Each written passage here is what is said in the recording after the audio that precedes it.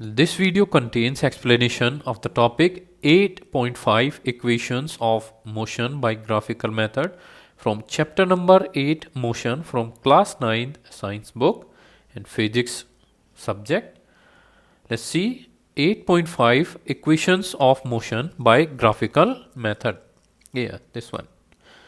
So when an object moves along a straight line with uniform acceleration, it is possible to relate its velocity, acceleration during motion and the distance covered by it in a certain time interval by a set of equations known as the three equations of motion. देखिए जब भी कोई object एक straight line में चल रही है और उसका जो मोशन है वो भी कैसा है, यूनिफॉर्म है, और उसमें जो एक्सेलरेशन है वो भी कैसा है, यूनिफॉर्म। यानी अगर velocity equal interval of time पे इक्वल वेलोसिटी में चेंज हो रहा है तो उसे यूनिफॉर्म एक्सेलरेशन बोल देते हैं। तो तब ये पॉसिबल होता है कि हम उसकी वेलोसिटी को, हम उसके जो एक्सेलरेशन है या जो डिस्टेंस कवर होती है उसे कुछ सेट ऑफ रिएक्शन से हम रिलेट कर सकते हैं और उन्हीं इक्वेशन ऑफ मोशन को हम उन्हीं इक्वेशंस को हम इक्वेशंस ऑफ मोशन बोल देते हैं। So there are three such equations, इसमें तीन ऐसी इक्वेशंस हैं कि these are v plus u plus a t, v is equal to u plus a t. Means 8.5 equation is given v is equal to u plus at, then s is equal to ut plus half at square, that is 8.6, and 2as is equal v square minus u square. So these three equations in which velocity, acceleration, time and distance are related with each other. So let's see what these values tells us all about. Where in this equation u is the initial velocity of the object.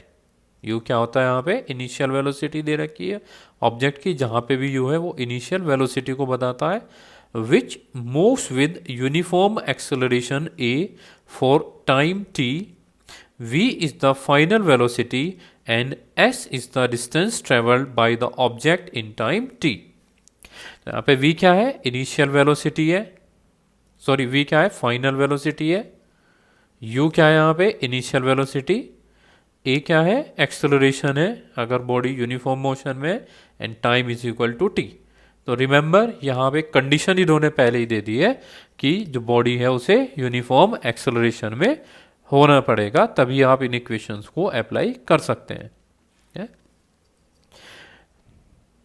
Then equation 8.5 describes the velocity time relation and equation 8.6 represent the position time relation. आप यहाँ पे जो equation 8.5 है ये किसको बता रही है, हमारा वेलोसिटी टाइम रिलेशन के बारे में बता रही है कि how velocity and time are related with each other. The second equation that is 8.6 is describing और representing the position time relationship. यहाँ पे पोजिशन बता रही है वो कि कितनी डिस्टेंस या क्या पोजिशन है और वो टाइम से कैसे रिलेटेड है.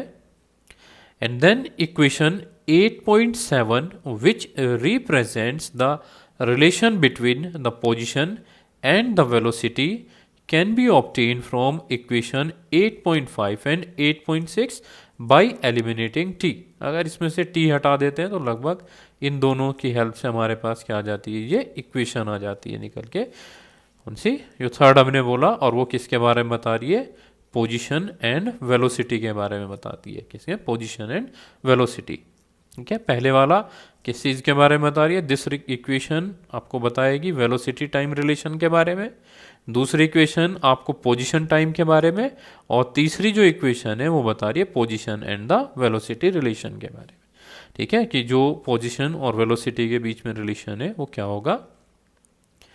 These three equations can be derived by graphical method. और इन तीन इक्वेशन को हम ग्राफिकल मेथड से भी डेराइव कर सकते हैं. तो that we will discuss in our next video.